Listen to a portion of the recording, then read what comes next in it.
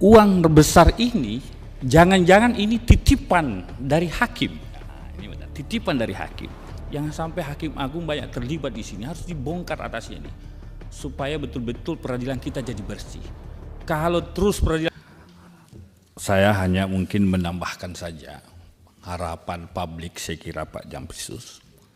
Dan menurut saya hari ini kalau membaca platform sosial media, langkah-langkah kejaksaan ini ya luar biasa dalam proses pemberantasan korupsi.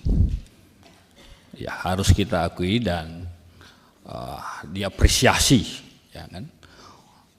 Akhir-akhir ini kekuasaan yudikatif kita ini banyak oknum-oknum hakim yang ditangkap, ya. Dan itu berawal dari peristiwa kasus Tanur kalau tidak salah, yang membebaskan, ya, yang kemudian kejaksaan bisa membongkar di balik keputusan bebas itu ada praktek jual beli perkara yang kemudian menyeret Saruf. Ini karena tema khusus kita Saruf Rikard. Saruf ini hanya bukan hakim pemutus, menariknya nih. Dia hanya bertugas di, kalau tidak salah, di Badilung, di Cembadilung.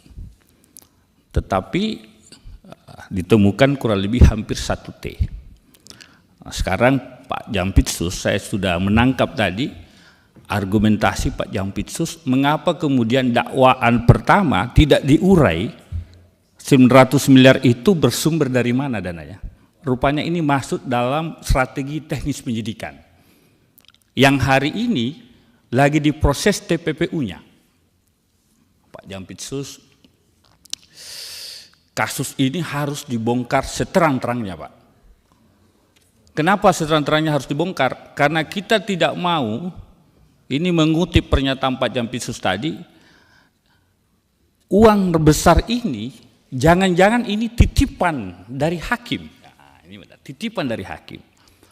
Kalau kemudian ini kasus tidak dibongkar secara terang, siapa pemberi uang, sumber uang 900 miliar ini, ya ini juga bisa terjadi ancaman dan harapan, Pak.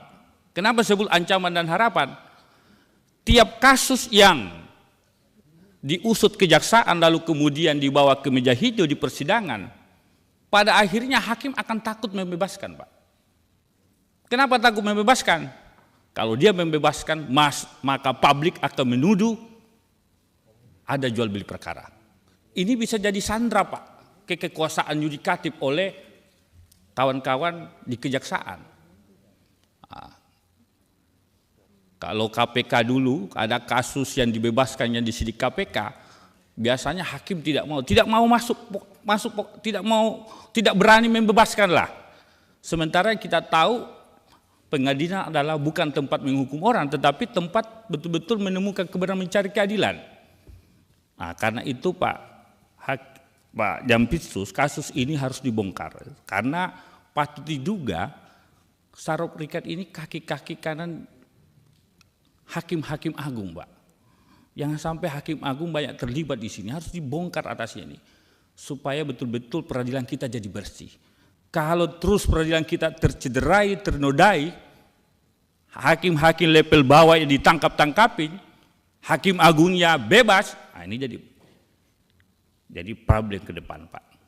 Karena itu harapan publik, Pak Jampitsus ini harus jadi pahlawan untuk pemberantasan korupsi.